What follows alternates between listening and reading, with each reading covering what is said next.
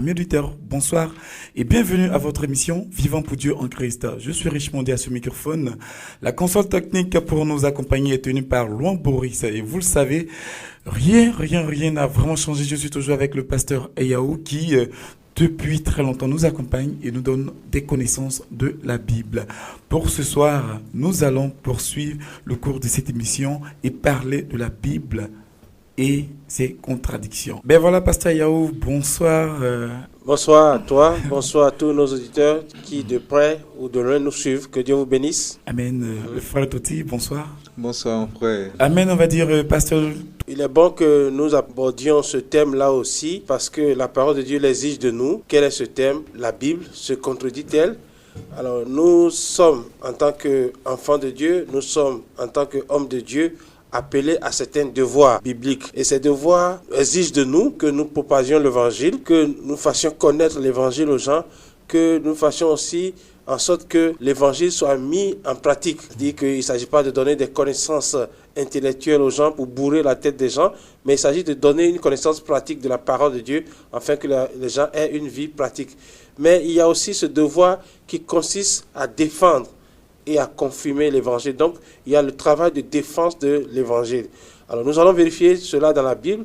Et justement, au niveau de ce que les gens trouvent comme contradiction dans la Bible, il nous est paru tout à fait bon, en tant qu'enfants de Dieu, de dire quelle est la part de vérité biblique vis-à-vis de ces choses que les gens reprochent à la Bible. Nous sommes convaincus que la Bible est la vérité, donc nous avons le devoir de défendre cette vérité-là avec les armes que Dieu donne. Donc, nous allons prendre Philippiens chapitre 1, verset 7, pour voir qu'il y a aussi le devoir d'enseigner, mais il y a aussi le devoir de la défense et de la confirmation de l'évangile. Nous allons aussi prendre Tite chapitre 1, verset 9 à 11. Philippiens 1, verset 7. Il est juste que je pense ainsi de vous tous, parce que je vous porte dans mon cœur, soit dans mes chaînes, soit dans la défense et la confirmation de l'évangile. Vous qui participez à la même grâce que moi. Merci. L'apôtre Paul nous parle ici de la défense et de la confirmation de l'évangile. Nous allons lire Tite chapitre 1. Tite 1, verset 9. Attachez à la parole, à la vraie parole, telle qu'elle a été enseignée, afin d'être capable d'exhorter selon la saine doctrine et de réfuter les contradicteurs. Il y a, en effet, surtout parmi les circoncis, beaucoup de gens rebelles, de vains discoureurs et de séducteurs, auxquels il faut fermer la bouche. Ils bouleversent des familles entières, enseignant pour un gain honteux ce qu'on ne doit pas enseigner. Amen. Alors ici, l'apôtre Paul nous parle des attributions que doit avoir un évêque, un ancien. Donc, il dit qu'il soit attaché à la vraie parole et qu'il soit capable, d'abord la vraie parole telle qu'elle a été enseignée, et que ce dernier soit capable d'exhorter selon la saine doctrine, mais de réfuter les contradicteurs. Réfuter, ce mot est fort.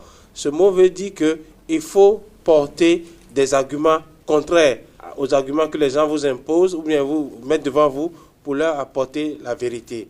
Donc, réfuter les contradicteurs. Et il dit, ces contradicteurs, ces rebelles, ces séducteurs, comme il les appelle, auxquels il faut fermer la bouche parce que par leur enseignement, ils bouleversent des familles entières parce qu'ils enseignent pour un gain honteux, ce qui ne doit pas être enseigné.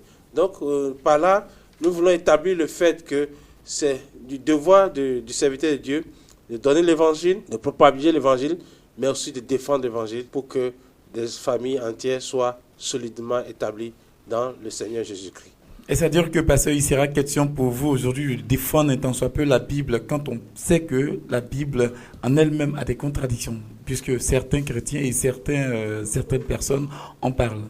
Oui, alors votre question a deux volets. D'abord, oui, nous marchons avec la Bible et pour nous, il n'y a pas de problème en tant que tel. Mais si les gens nous interpellent pour des contradictions ou bien des soi-disant contradictions, nous avons le devoir de leur apporter des réponses. Nous avons déjà certaines de ces préoccupations parce que lorsque nous évangélisons, nous trouvons ces questions-là auprès des gens. Donc, nous avons des réponses à donner. Nous allons évoquer ces questions que les gens nous posent, essayer de donner la réponse biblique. D'accord. C'est important. D'accord, mais pasteur, est-ce qu'il ne serait pas quand même prétendre dire que vous donnez une justification à cette parole sainte quand on sait qu'il n'est pas très souvent donné de répondre à certaines personnes qui pensent que la Bible est remplie de contradictions? Est-ce que ce ne serait pas être insensé? Alors, est-ce qu'il faut répondre à une personne insensée qui pense que la Bible regorge en elle assez de contradictions? Oui, alors il y a des gens, comme l'apôtre Paul le dit, il y a des gens qui sont de vains discoureurs. Il y a des gens qui sont des séducteurs. Alors, justement, lorsqu'on écoute les gens qui font des reproches à la Bible, il y en a qui évoquent des arguments qui sont des arguments farfelus, des arguments qui n'ont pas de raison d'être. Qui ne tiennent pas. Qui ne tiennent pas. Mais ils y tiennent, eux. Mais nous, notre devoir, c'est de donner le point de vue biblique. Comme j'aime le dire, c'est de donner la pensée de Dieu sur ces questions qu'ils nous posent. Quitte à eux d'accepter ou de ne pas accepter. Mais le plus important pour nous, c'est que nous aurons apporté la lumière qui va préserver certains frères et certaines sœurs qui se laissent décourager par ces choses, ou bien ça va les aider, eux aussi, ceux qui nous portent ces contradictions-là, ça va les aider un jour aussi à comprendre la pensée de Dieu. C'est important. Donc, nous avons le devoir de le faire. Nous n'avons pas le devoir de se taire. Lorsque nous aurons parlé et qu'ils continuent, par exemple, il y en a qui vous diront que l'enseignement dans le livre des Cantiques, c'est un enseignement perverti, c'est un enseignement de débauche. Mais nous avons à leur donner la réponse biblique. Mais à eux de dire non, nous ne sommes pas convaincus, nous, ce n'est plus notre devoir. Mais nous avons le devoir de leur donner une réponse. Des éléments de réponse. Oui, oui. Voilà. Alors, en fait, que pouvez-vous répondre donc à toutes ces personnes-là? Oui, d'abord, je voudrais préciser le cadre du travail que nous voulons faire. Nous exhortons les gens à appeler pour donner ce qu'ils pensent être des contradictions dans la Bible. À ce niveau-là, nous pouvons donner des réponses sur le champ selon la connaissance que nous avons du problème qu'il pose.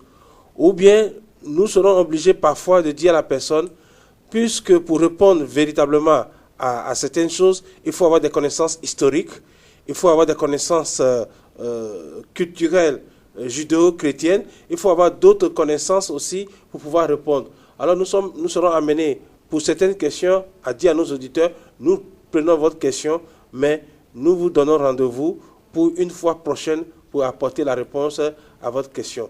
Nous n'allons pas fuir les réponses. Moi, je suis convaincu, pour ma part, que la Bible ne contient pas de contradictions. Donc, nous allons apporter les réponses bibliques. Mais, je dis, il y a des réponses que nous pouvons apporter sur le champ, et il y a des réponses que nous allons consigner, aller faire des recherches historiques, etc., pour pouvoir apporter des réponses. J'aimerais que ce soit clair, que les gens ne disent pas, oui, on lui a posé une telle question, il n'a pas pu répondre. Non, je ne veux pas fuir. Voilà qui est clair. Voilà qui est clair, fidèles auditeurs. Vous avez déjà perçu le message. Donc, pasteur, aujourd'hui, on se rend compte qu'en lisant la Bible, il y a des contradictions. La Bible dit une chose et son contraire en même temps. Et très souvent, pour le chrétien, je veux dire le nouveau chrétien, il a certainement des problèmes à pouvoir se situer. Que pouvez-vous donc répondre à cette personne qui pense que la Bible contient des contradictions? Alors, je voudrais commencer par ce témoignage-là d'un homme que j'ai écouté une fois, un grand scientifique, physicien, qui disait que au début, il raffolait les contradictions qu'il y a dans la Bible. Et il disait que c'est en recherchant ces contradictions dans la Bible que le Seigneur l'a fait rentrer dans l'extraordinaire compréhension, bien connaissance de la parole de Dieu. Et moi, j'ai écouté cet homme enseigner. C'est un homme qui enseigne extraordinairement bien. Mais il est parti du fait qu'il cherchait à contredire la Bible. Je voudrais aussi donner un autre exemple de cet homme-là. J'ignore un peu le nom, mais je me rappelle bien de son ouvrage. Ben Hui. Ben Hui, c'est un ouvrage qui est écrit par un officier. Et cet officier, il voyageait dans un train et puis il a rencontré un de ses subalternes qui lui a dit « Eh bien, mon général, vous êtes un homme intelligent. Qu'attendez-vous pour écrire un livre pour dire que ce Jésus n'a jamais existé ?» Et cet homme a commencé à écrire ce livre. Il a commencé à écrire son livre. Premier chapitre, deuxième chapitre. Au troisième chapitre, non seulement il était convaincu que Jésus-Christ a existé, il s'est mis à genoux et il s'est dit qu'il a besoin de ce Jésus-là. Il a réécrit ce livre qui a donné ce livre célèbre, Ben Hui. C'est écrit par un officier. Donc, vous savez, c'est ça en fait, je voulais dire, c'est que lorsqu'on veut véritablement, avec une pensée honnête, fouiller la Bible pour trouver les contradictions dans la Bible, on se laisse toujours convaincre par la Bible. Fort de cet Esprit Saint qui fait ce travail-là, nous aussi nous croyons que nous pouvons répondre aux questions que les gens nous posent. Vous voyez ? D'accord. Voilà. Donc, vous avez bien dit qu'il y a des chrétiens qui se préoccupent. Effectivement, nous allons aller. Il y a des choses qui, quand même, dans la Bible, ça choque dans un premier temps. Prends le premier exemple, donc, Genèse chapitre 6, verset 3. Genèse chapitre 6, verset 3. Genèse 6, Verset 3. verset 3. Nous allons lire. Alors l'Éternel dit, Alors l'Éternel dit, mon esprit ne restera pas à toujours dans l'homme, car l'homme n'est que chair, et ses jours seront de 120 ans. d'accord. Alors la Bible déclare quelque chose ici, que Dieu dit, les jours de l'homme ne seront que de 120 ans. Donc Dieu fixe une limite ici. L'homme ne dépassera pas 120 ans. Prenons Genèse 7, verset 6. Genèse 7, verset 6. Oui. Noé avait 600 ans lorsque le déluge d'eau fut sur la terre. Et Noé entra dans l'arche avec ses fils, sa femme et les femmes de ses fils pour échapper aux eaux du déluge. Alors, d'une part, Dieu dit, on ne dépassera pas 120 ans. Et voilà un homme qui est Noé, qui a dépassé, il est là dans les 600 ans. Donc, il y a une contradiction. Oui, une véritable contradiction. Une véritable contradiction. Et on dépose ça devant un jeune chrétien, un jeune dans la foi. Il est bouleversé. D'accord? Alors, quelle réponse il faut apporter? La réponse, elle est toute simple. Nous allons prendre Genèse 6, verset 8. Genèse 6, verset 8. Nous donnons la Genèse réponse. 6, verset 8. Mais Noé trouva grâce aux yeux de l'Éternel. Amen. Voilà la réponse. On dit tout le monde est condamné à ne pas dépasser 120 ans. Mais si quelqu'un a trouvé grâce aux yeux de Dieu, c'est que lui peut dépasser 120 ans. Voilà la réponse. Ah, mais là, qu'est-ce qu'on pouvait réellement comprendre? Parce que là, Noé a trouvé grâce. C'est parce qu'il a trouvé grâce qu'il a eu Oui. au-delà de 120 ans. Absolument. Si tout le monde est condamné à ne pas dépasser 120 ans et que vous avez trouvé grâce, vous pouvez dépasser 120 ans. Il n'y a rien à faire. Quand un prisonnier est condamné à mort et qu'il trouve grâce présidentielle, qu'est-ce qu'il fait? Il n'est plus exécuté. C'est simple. Donc, c'est par la grâce que Noé a pu dépasser 120 ans. Donc, tous ceux qui ont pu avoir 120 ans après Noé, c'est dans cette lignée de grâce-là. C'est cette grâce-là qui s'est étendue à toutes ces choses, à toutes ces personnes-là. Donc, la réponse qu'il faut donner aux gens qui trouvent qu'il y a une contradiction à ce niveau-là, c'est que ce n'est pas grâce. C'est écrit dans la Bible, Genèse chapitre 6, verset 8, c'est par grâce que Noé a pu dépasser les 120 ans fixés par Dieu lui-même. Wow, je pense que l'émission de ce soir est vraiment intéressante. Ouais. Je demande à nos auditeurs d'appeler au 04 84 15 01 au 60 09 75 51 pour qu'on puisse véritablement échanger sur la question de la contradiction qui réellement pourrait se trouver dans la Bible. Alors, on poursuit avec le deuxième exemple. Bien sûr. Donc, on va prendre Genèse 18. Genèse 18 à partir du verset 1. Genèse 18, verset 1. L'Éternel lui apparut parmi les chênes de Mamré, comme il était assis à l'entrée de la tente pendant la chaleur du jour. Il leva les yeux et regarda. Et voici, 3 hommes étaient debout près de lui. Quand il les vit, il courut au-devant d'eux, depuis l'entrée de sa tente, et se prosterna en terre. Et il dit, « Seigneur, si j'ai trouvé grâce à tes yeux, ne passe point, je te prie, loin de ton serviteur. Permettez qu'on apporte un peu d'eau pour vous laver les pieds, et reposez-vous sous cet arbre. » On va jusqu'au verset 13, on va sauter. On peut lire, les gens peuvent tout lire, mais nous voulons faire sortir ce que les gens appellent contradiction. Verset 13 du chapitre 18 de Genèse. L'Éternel dit à Abraham, « Pourquoi donc Sarah a-t-elle ri en disant, est-ce que vraiment j'aurai un enfant, moi qui suis vieille? Y a-t-il rien qui soit étonnant de la part de l'Éternel? Au temps fixé, je reviendrai vers toi à cette même époque et Sarah aura un fils. » On va s'arrêter là. Alors, qu'est-ce qu'on peut reprocher à la Bible ici? On peut reprocher à la Bible ici que Dieu est apparu à Abraham et Abraham a vu Dieu en chair. D'accord? Et Abraham n'est pas mort. Alors que la Bible dit que personne ne peut voir la face de Dieu et vivre. Alors que nous voyons ici que Abraham a vu Dieu, il a causé avec Dieu, il a fait manger Dieu. D'accord? Alors, de quoi s'agit-il? Alors, ça, c'est la première des choses ici. Donc, ici, quand on regarde ce passage de près, on voit que, en fait, Dieu est apparu ici à Abraham sous la forme de 3 anges qui sont venus chez Abraham. Et ce passage, la Bible le mentionne comme par l'exercice de l'hospitalité, des hommes ont hébergé des anges. Donc ici, on voit que Dieu se manifeste ici à travers 3 anges. Donc, en tant que tel, ce n'est pas Dieu en personne qui est venu vers Abraham. Ça, c'est une des premières choses qu'il faut noter. Mais d'où vient que ces anges-là parlent? Ou bien Abraham s'adresse-t-il à ces anges-là en disant « l'Éternel, mon Seigneur ». Lorsque vous avez cette révélation de Dieu, la révélation de Dieu, un envoyé de Dieu, on lui rend le même honneur qu'on rend à Dieu lui-même. Donc c'est ce respect-là pour Dieu qui a amené Abraham à considérer ces messagers de Dieu comme Dieu lui-même. Donc il s'adresse à ces messagers-là comme on s'adresserait à Dieu. Mais sinon, en fait, ce sont des anges. D'accord? Alors un fait encore remarquable, nous allons lire encore un fait remarquable, le verset 22. Toujours Genèse 18. Le verset 22 du verset 18, du chapitre 18. Les hommes s'éloignèrent et allèrent vers Sodome. Mais Abraham se tint encore en présence de l'Éternel. Abraham s'approcha et dit, « Feras-tu aussi périr le juste avec le méchant ?»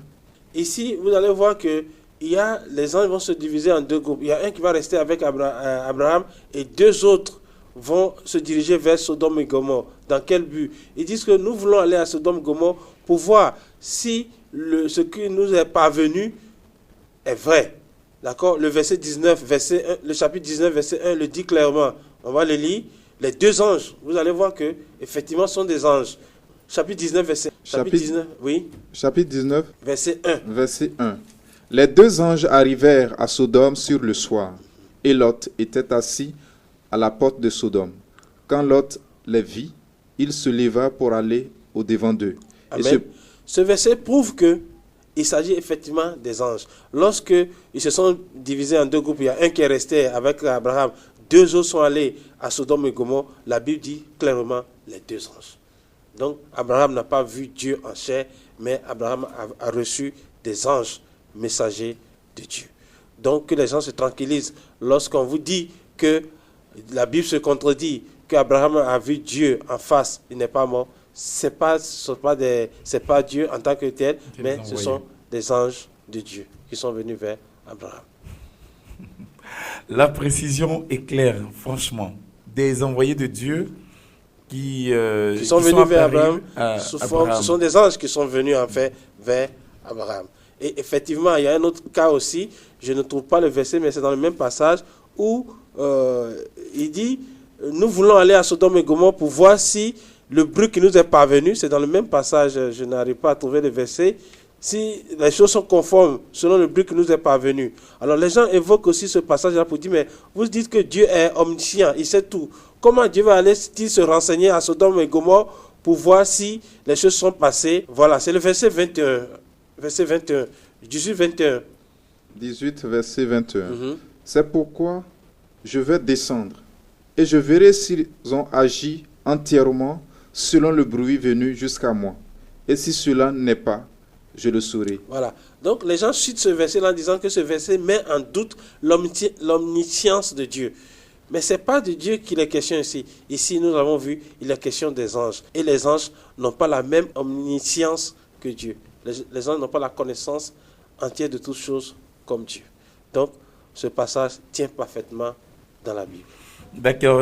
Là, je crois que parlons toujours des contradictions qui existent dans la Bible. J'ai comme ça, on pourrait dire en griffe une chose banale qui me vient dans la tête. Je ne maîtrise pas trop le verset, mais je crois que la Bible nous dit que, par amour bien sûr pour l'Éternel, quand quelqu'un te gifle, il faut lui tendre la joue. De la joue droite, il faut lui tendre la joue gauche. Alors que c'est la même Bible qui dit que celui qui tue par l'épée, périt par l'épée. Œil pour œil, dent pour dent. Voilà. Alors que on nous dit, la Bible est prône vraiment l'amour oui. de Christ. Alors ça aussi, c'est juste comme contradiction. On va se remettre un peu dans le contexte. Il y a la loi du talion, comme on le dit, œil pour œil, dent pour dent, qui fait partie intégrante de la loi donnée à Moïse. Maintenant, il y a la révélation que Jésus-Christ a reçue et qui nous a apporté. Lui-même, il a dit, dans Matthieu 5, il a dit, on va vérifier ça rapidement dans Matthieu chapitre 5, il a dit, Matthieu 5, verset 27 par exemple. Matthieu 5, verset 27. Vous avez appris qu'il a été dit, tu ne commettras point d'adultère, mais moi je vous dis que quiconque regarde une femme pour la convoiter a déjà commis un adultère avec elle dans son cœur. Si... Nous remettons au verset 21. Verset 21. Vous avez entendu qu'il a été dit aux anciens, tu ne tueras point. Celui qui tuera mérite d'être puni par les juges.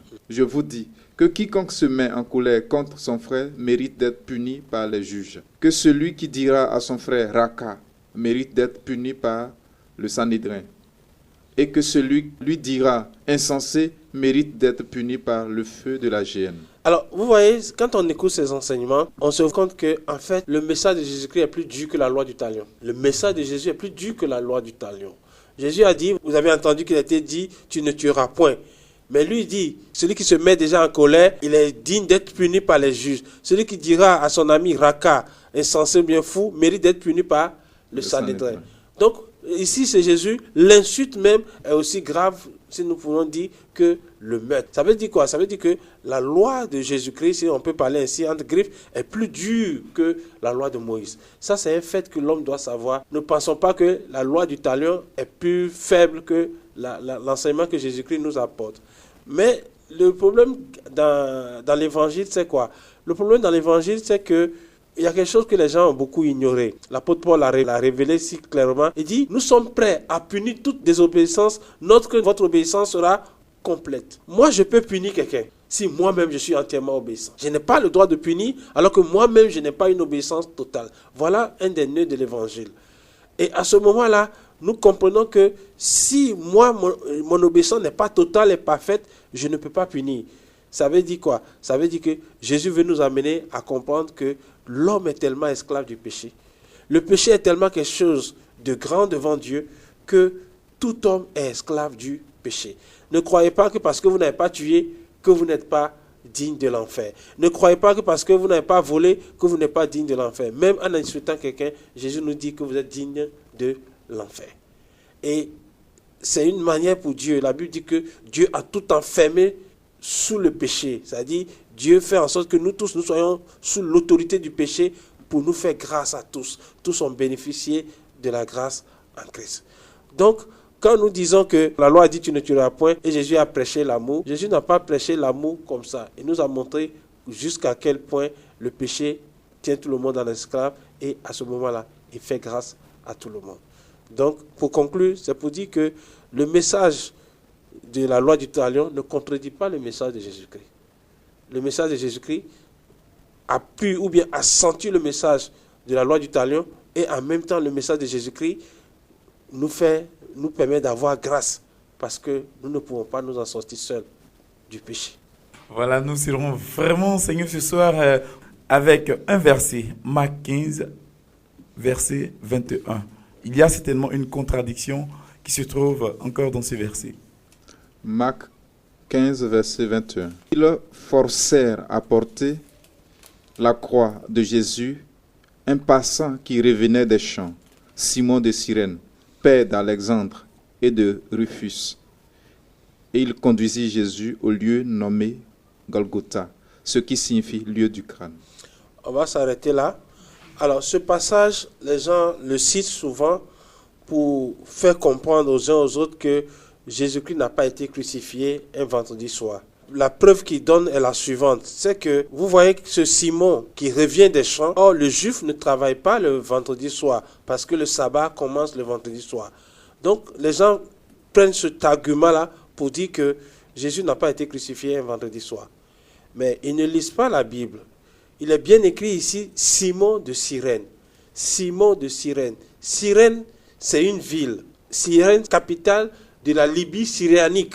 On va le vérifier dans le livre des Actes. Actes chapitre 2. Actes chapitre 2, les versets 8 à 10. Actes chapitre 2, versets 8 à 10. Pour vérifier que Cyrène, c'est une ville qui est en Afrique. Actes 2, versets 8 à 10. Et comment les entendrons-nous dans notre propre langue à chacun, dans notre langue maternelle? Parthes, Médès, Élamites, ceux qui habitent la Mésopotamie, la Judée, la Cappadoce, le Ponte, l'Asie, la Phrygie, la Pamphylie, l'Égypte, le territoire de la Libye voisine de Cyrène, et ceux qui sont venus de Rome, juifs et prosélytes, crétois et arabes. Soulignez bien la Libye, Voisine. le territoire de la Libye voisine de Cyrène. Et actuellement où je vous parle, vous allez aujourd'hui en Libye, il y a la Libye syrianique qui veut faire sécession, qui veut se détacher de la grande Libye. D'accord? Donc Simon de Cyrène, c'est un Africain, ce n'est pas un Juif. Donc ceux qui pensent que ce Simon est un Juif qui est revenu de champ le vendredi soir et puis disent que Jésus n'a pas été crucifié un vendredi soir, ils se sont trompés. Voilà la réponse.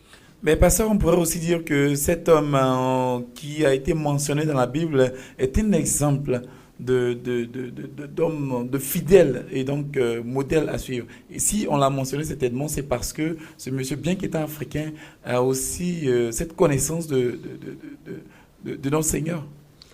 Bon, moi, quand je regarde personnellement, c'est moi qui parle personnellement, quand je regarde ce qui est arrivé à Simon de Cyrène, je me dis que c'est aussi la main tendue de Dieu à l'Afrique à travers la croix de Jésus-Christ. C'est comme ça que moi je regarde cet événement-là. Je n'ai pas d'autre interprétation.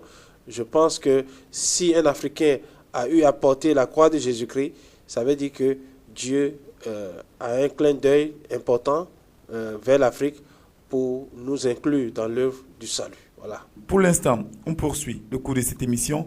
La Bible se contredit-elle, pasteur? Alors, un autre exemple aussi que nous rencontrons souvent dans notre travail d'évangélisation, nous allons prendre Genèse 46, les versets 26 et 27. Genèse 46, versets 26 à 27. Genèse 46, versets 26 à 27. Les personnes qui vinrent avec Jacob en Égypte et qui étaient issues de lui étaient au nombre de 66 en tout, sans compter les femmes des fils de Jacob.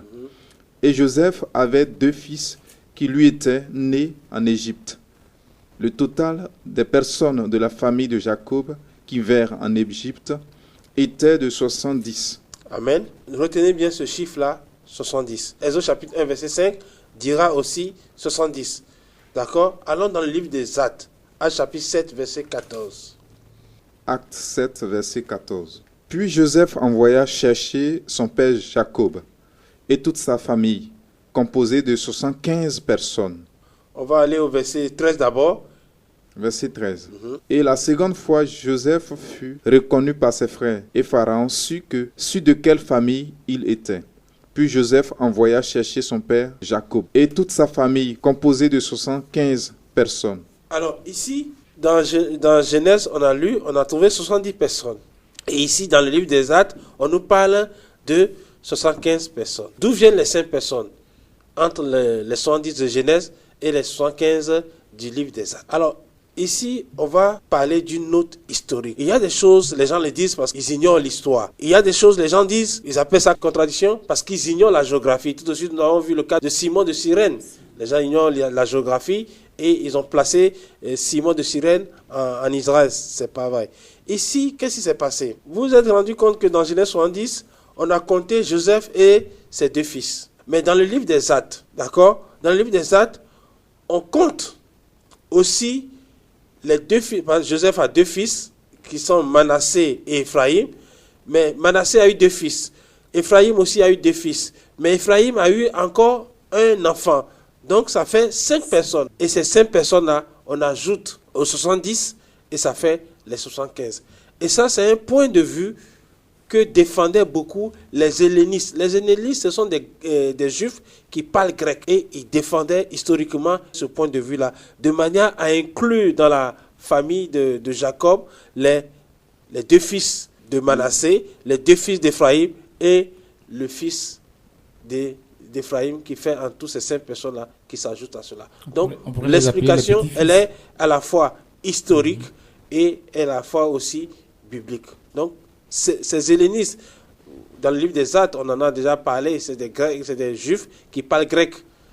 Ils étaient partis en Grèce, donc ils ont cette maîtrise-là et ils exigeaient que ces 5-là soient inclus dans ce nombre-là, ce qui fait les 75. Voilà la différence entre 70 et 75. Donc, si vous attendez 75, vous savez que vous avez sûrement affaire à un juif helléniste. Si 70, vous avez affaire à un juif très simple. Voilà. C'est une note historique. D'accord? Je demande à quiconque de faire des recherches. C'est de faire des recherches. Vous n'avez pas de se laisser aller à des chiffres. On a vu 70, on a vu 75 ici. Nous avançons allègrement vers la fin de cette émission et je m'en vais vous demander ce qui vous inspire vraiment ce thème de ce soir. Nous sommes des enfants de Dieu. Nous travaillons et les gens nous posent des questions. Et nous avons le devoir de répondre à ces questions-là. Donc, je ne peux pas dire qu'il y a une inspiration particulière, mais en tant qu'enfants de Dieu, nous avons le devoir de défendre aussi l'évangile. Et nous voyons aussi que, comme les gens ne lisent plus beaucoup, il y a des gens qui prennent des arguments qui fatiguent beaucoup de chrétiens. Il y a des gens qui prennent des arguments pour détourner certains chrétiens de la foi. Et les chrétiens n'ayant pas les éléments qu'il faut, ils n'arrivent pas à répondre. Les serviteurs de Dieu n'arrivent pas les arguments qu'il faut, ils n'arrivent pas à répondre. Et les chrétiens perdent leur foi. Nous avons le devoir de ramener les uns et les autres au Seigneur par les réponses que nous devons donner à ces prétendues contradictions que les gens trouvent à la Bible. D'accord. Et là, pasteur, d'accord, voici que nous avons un chrétien qui à peine accepte le Seigneur et dans sa marche, il embrasse la Bible. Il commence à la lire et il se rend compte que véritablement il y a des contradictions. Ce cas de personne, qu'est-ce que ce chrétien doit faire dans l'immédiat? Oui, ce chrétien, je lui conseille d'abord de prier le Seigneur. C'est l'habitude que moi j'ai eue de prier le Seigneur, de lui demander, mais Seigneur, je sais que tu es Dieu, ta parole ne se contredit. Qu'est-ce que tu caches derrière cette parole-là? Et ensuite de s'adresser au pasteur, de s'adresser aussi à des frères ou sœurs qui ont une certaine avance sur lui dans la foi. Et en dernière position, de faire aussi des recherches. En faisant des recherches, on trouve aussi des réponses. Moi, personnellement, je ne me suis pas adressé à un pasteur. J'ai fait des recherches moi-même. J'ai lu la Bible moi-même parce que j'étais convaincu que la Bible ne se contredisait pas. Mais est-ce que tout cela, on peut arriver à lire et comprendre la Bible quand on sait qu'on est nouveau dans la marche avec le Seigneur? Dieu a dit, vous me chercherez et vous me trouverez si vous me cherchez de tout votre cœur. Moi, cette parole-là, Dieu l'a toujours accomplie à mon endroit. Dieu l'a toujours accomplie à mon endroit. Donc moi, je cherche toujours Dieu. D'accord. Donc on nous fait savoir ici quelque chose aussi. On ne sait pas s'il faut parler de contradiction ou bien de greffe, mais il dit, c'est Jésus qui a dit à cette femme syro-phénicienne, si j'ai la bonne mémoire, il dit, je n'ai été envoyé qu'au bébé perdu de la maison d'Israël. Donc Jésus n'est pas venu pour les autres peuples, dit certaines personnes. Que dites-vous, pasteur? Donc je résume la question. Jésus a bien dit dans la parole de Dieu. Il dit, je n'ai été envoyé qu'au brebis perdu de la maison d'Israël. Et les gens prennent cette parole pour dire que Jésus n'a pas été envoyé au monde entier. Quelle est la réponse? Alors la réponse, elle est toute simple. La réponse, il faut comprendre le ministère de Jésus-Christ. Jésus a été clair avec nous. Il a dit, les œuvres que je fais, c'est le Père qui me les montre.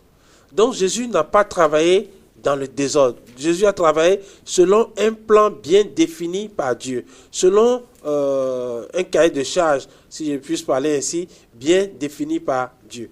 Et ce cahier de charge dit l'œuvre en 2 parties. Une œuvre pour Israël, et ensuite une œuvre après sa résurrection pour le monde entier. Parce que dans un premier temps, il faut que Israël, puisque la promesse du Messie a été faite à Abraham, même avant Abraham, puisque la promesse du Messie a été faite, il était du devoir de Dieu d'envoyer ce Messie-là vers ce peuple-là. Mais Dieu avait aussi le projet de faire connaître Jésus-Christ à l'humanité tout entière. Jésus même l'a dit. Il a dit quoi? Il a dit que lorsque ce monsieur, je crois ce centenier, a manifesté la foi devant Jésus, Jésus a dit, en Israël, je n'ai jamais rencontré une si grande foi. Et il a ajouté que des gens viendront de l'Occident et de l'Orient et ils seront à table avec Abraham, avec Jacob, dans le royaume des cieux. Donc, en parlant d'Occident et de l'Orient, Jésus nous fait comprendre que le salut est pour le monde entier. Est-ce que vous voyez? Donc, personne ne peut dire que Jésus a été envoyé exclusivement à Israël. Il a dit même aussi, allez faire de toutes les nations des disciples. Matthieu 28. Matthieu 28, on verset va lire. 19 à 20. Allez, faites de toutes les nations des disciples, les baptisant au nom du Père, du Fils et du Saint-Esprit, et enseignez-leur à observer tout ce que je vous ai prescrit. Et voici, je suis avec vous tous les jours jusqu'à la fin du monde. Alors, Jésus, lumière du monde, ce n'est pas une invention de Matthieu. Quand vous prenez Ésaïe 49, Ésaïe 49, le verset 5-6, on va lire. Matthieu 49, verset 5. Maintenant, l'Éternel parle, lui qui m'a formé dès ma naissance pour être son serviteur, pour ramener à lui Jacob et Israël encore dispersés. Car je suis honoré aux yeux de l'Éternel, et mon Dieu est ma force. Il dit, c'est peu que tu sois mon serviteur, pour relever les tribus de Jacob et pour ramener les restes d'Israël.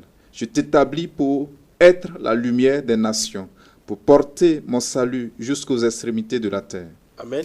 Donc, je t'établis pour être la lumière des nations. Voilà le second aspect du ministère de Jésus en faveur des nations. Donc, dit que Jésus-Christ n'a été envoyé qu'aux brebis perdues dans la maison d'Israël exclusivement. C'est une première partie de l'œuvre. La deuxième partie s'accomplit parfaitement en accord avec l'Église. Voilà Pasteur, reprenez bien pour qu'on puisse mieux comprendre. Tu as dit la mission de Jésus était à deux phases. À deux phases, oui. Une donc, phase c'est selon cette première phase-là qu'il a dit, je n'ai été envoyé qu'aux brebis perdues de la maison d'Israël. D'accord? Parce qu'il appartenait à Israël de reconnaître le Messie. D'accord? Mais en même temps qu'il disait ça, il a fait cette ouverture-là. Il dit plusieurs viendront de l'Orient, de l'Occident, et ils seront à table dans le royaume de Dieu avec Abraham, avec Jacob, etc. Donc ça veut dire que le salut par son ministère est un salut mondial. Ensuite, il a envoyé ses disciples en mission, aller faire de toutes les nations des disciples. Le Ésaïe 49 confirme encore que c'est une œuvre en deux phases. Une phase envers Israël, pour Jacob, les tribus de Jacob. Maintenant, une phase envers le monde entier. Et ça, c'est l'écriture de Dieu. C'est comme ça que Dieu travaille. Si Dieu était un politicien, il serait un bon politicien. Ça veut dire que Dieu ne dirigerait pas un pays s'il n'a pas dirigé un petit village. Est-ce que vous voyez? Si Dieu n'a pas réalisé son projet à une petite échelle, Dieu ne cherche pas à réaliser ça à la grande échelle. Dieu doit réaliser son projet d'abord à une petite échelle pour aller à une grande. Alors, il y a un cas très intéressant dans Matthieu 27, verset 9. Je ne sais pas si on aura le temps de le dire. Ce cas, il est très important. Matthieu 27, verset 9. Verset 9. Alors ça, celui qui n'est pas informé du fait historique, linguistique même, ça peut bouleverser la foi de quelqu'un. Allons-y. Matthieu 27, verset 9. Alors s'accomplit ce qui avait été annoncé par Jérémie, le prophète. Ils ont pris les 30 pièces d'argent, la valeur de celui qui a été estimé, qu'on a estimé de la part des enfants d'Israël, et ils les ont donnés pour le champ du potier, comme le Seigneur me l'avait ordonné. Alors, on s'arrête là. Vous voyez, quand vous lisez ce passage-là, il y a quelque chose d'extraordinaire dans ce passage-là. On dit, voici ce que, alors s'accomplit ce qui avait été annoncé par Jérémie. Et le verset qui suit, les citations qui suivent ne sont pas de Jérémie, sont en fait de Zacharie. D'accord? Alors, voici l'explication que je vous lis selon le commentaire biblique que j'ai. Je vous lis et puis je vous citerai la source après. Vous allez vérifier. On dit, en réalité, la citation qui suit est une paraphrase de Zacharie 11, versets 12 à 13. Il faut cependant tenir compte de la division du canon hébreu en 3 parties. 2 points, la loi, les écrits et les prophètes. Confère Luc 24, verset 44. Jérémie s'y trouvait en première position parmi les livres prophétiques. C'est pourquoi on appelait par son nom les écrits des prophètes dans leur ensemble. Donc ici, nous avons un fait spirituel, un fait social et un fait culturel que vous ne maîtrisez pas, vous ne pouvez pas expliquer. On nous dit quoi? On dit que le canon juif, l'ensemble des livres saints juifs, est classé en 3. La loi, les écrits et puis les prophètes. Et pour les prophètes, c'est Jérémie qui est en première position. Ce sont les livres de Jérémie qui ont été placés en première position. Et par extension, tous les peuples juifs appellent le livre des prophètes le livre de Jérémie. D'accord? C'est tout. Aussi simple comme explication. Bonjour, oui. Donc, j'ai dit aux gens de ne pas avoir peur. Il est très facile aujourd'hui de prêcher l'évangile parce que nous sommes à la fin des temps et beaucoup de choses de la parole de Dieu se sont accomplies. Par exemple, les gens disent que ce fait des géants dont la Bible parle, ça n'a jamais existé. Mais pas plus que la semaine dernière, moi, j'ai eu des images de squelettes de géants qui ont été découverts en Israël. Un squelette de géant avec une pierre au front, dans le crâne. On pense que c'est Goliath, par les fouilles historiques. Donc, c'est pour ça que moi j'aime dire que quand on est de la grâce, on n'est pas paresseux. Quand vous prêchez la grâce, vous devez travailler plus, vous devez connaître plus les choses de Dieu pour expliquer les choses de Dieu aux gens. Donc, nous tirons à la fin, nous disons aux autres qui nous ont suivis que nous continuerons la semaine prochaine. Faites-nous parvenir. Les bonnes choses de Dieu, vraiment jamais, parce que là, j'ai encore une préoccupation. Oui, faites-nous parvenir ce que vous pensez être des contradictions dans la Bible. Si nous avons les éléments de réponse, nous vous les donnerons sur le champ. Si nous n'avons pas les éléments de réponse, nous irons faire les recherches historiques, culturelles, linguistiques parfois, pour vous donner les réponses, pour dire que la Bible a été écrite par des gens sérieux. Ce n'est pas des gens ignorants qui ont écrit la Bible.